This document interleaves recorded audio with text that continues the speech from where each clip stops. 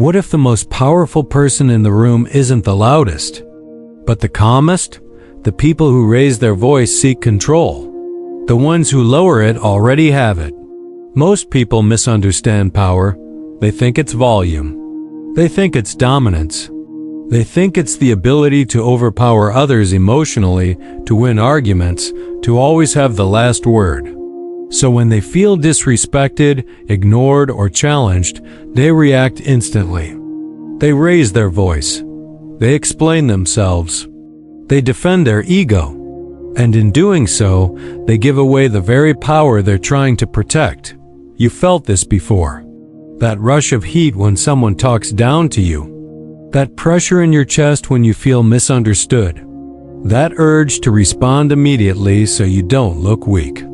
The problem is, the moment you react emotionally, you lose control of the situation. You may feel powerful for a second, but afterward there's regret, exhaustion, and silence that feels heavier than the argument itself.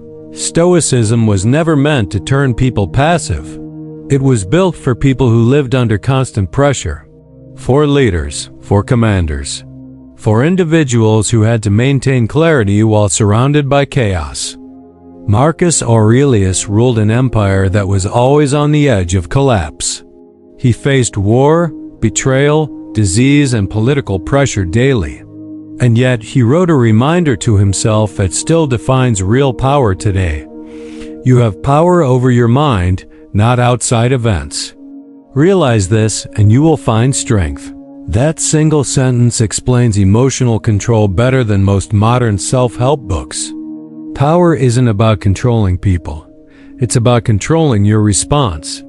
When you master your inner world, the external world stops owning you.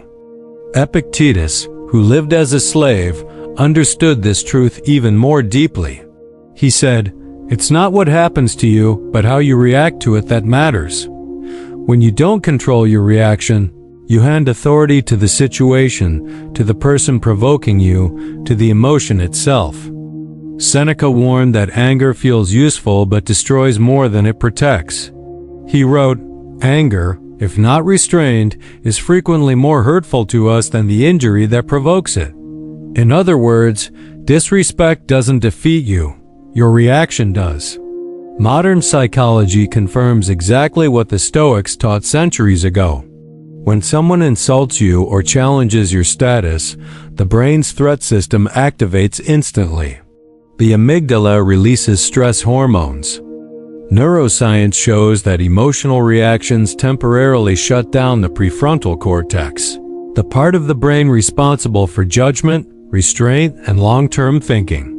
That's why people say things they regret when angry. That's why arguments escalate instead of resolving.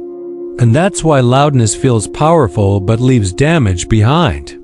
Calm does the opposite. Calm keeps the rational brain engaged. Calm gives you perspective. Calm creates space between stimulus and response, and that space is where self-mastery lives.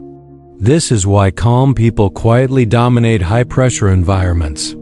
Not because they suppress emotion, but because they've trained themselves not to be ruled by it. In family conflicts, in workplaces, in leadership roles, the person who reacts least often controls the direction of the interaction. Think about it. When someone disrespects you and you react emotionally, you confirm their influence over you. When you stay calm, you deny them the outcome they wanted. That denial unsettles them. Silence forces them to confront themselves. Stoicism isn't about never speaking. It's about choosing when to speak from strength instead of impulse. The first practical step is the pause.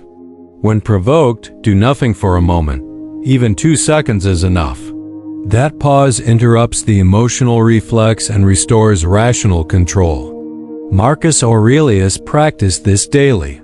He trained himself to observe emotion instead of obeying it. The pause is not hesitation, it's authority. The second step is internal labeling. When anger rises, name it silently. Say, "This is anger," instead of, "I am angry." This creates distance between you and the emotion. Psychology calls this cognitive distancing. The Stoics called it awareness. You are not the emotion. You are the one watching it. The third step is selective silence. Silence, when intentional, is not weakness.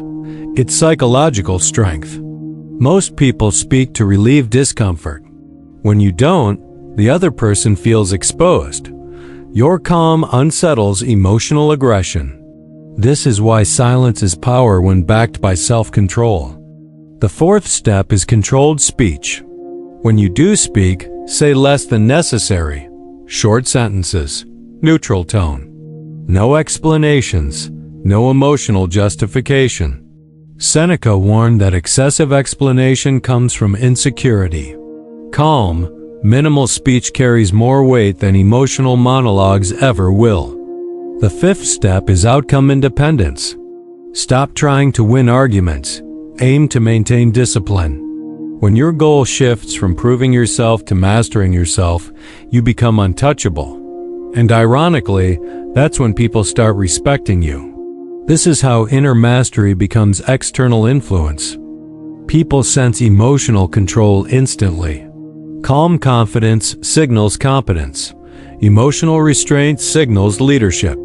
Silence, when intentional, signals authority. You don't need to announce strength. It's felt.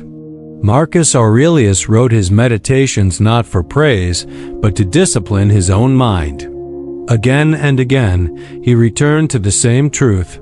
Control yourself, and nothing outside you can dominate you. This doesn't mean you never feel anger. It means anger no longer controls your behavior. It means you choose your response instead of surrendering it. The next time someone insults you, challenges you, or disrespects you, notice the impulse to react. That heat in your chest, that tension in your jaw, that urge to respond immediately. That is the exact moment Stoicism begins. Pause, observe, decide, because the loud seek attention. The calm command it. So ask yourself this: which phrase will you try first?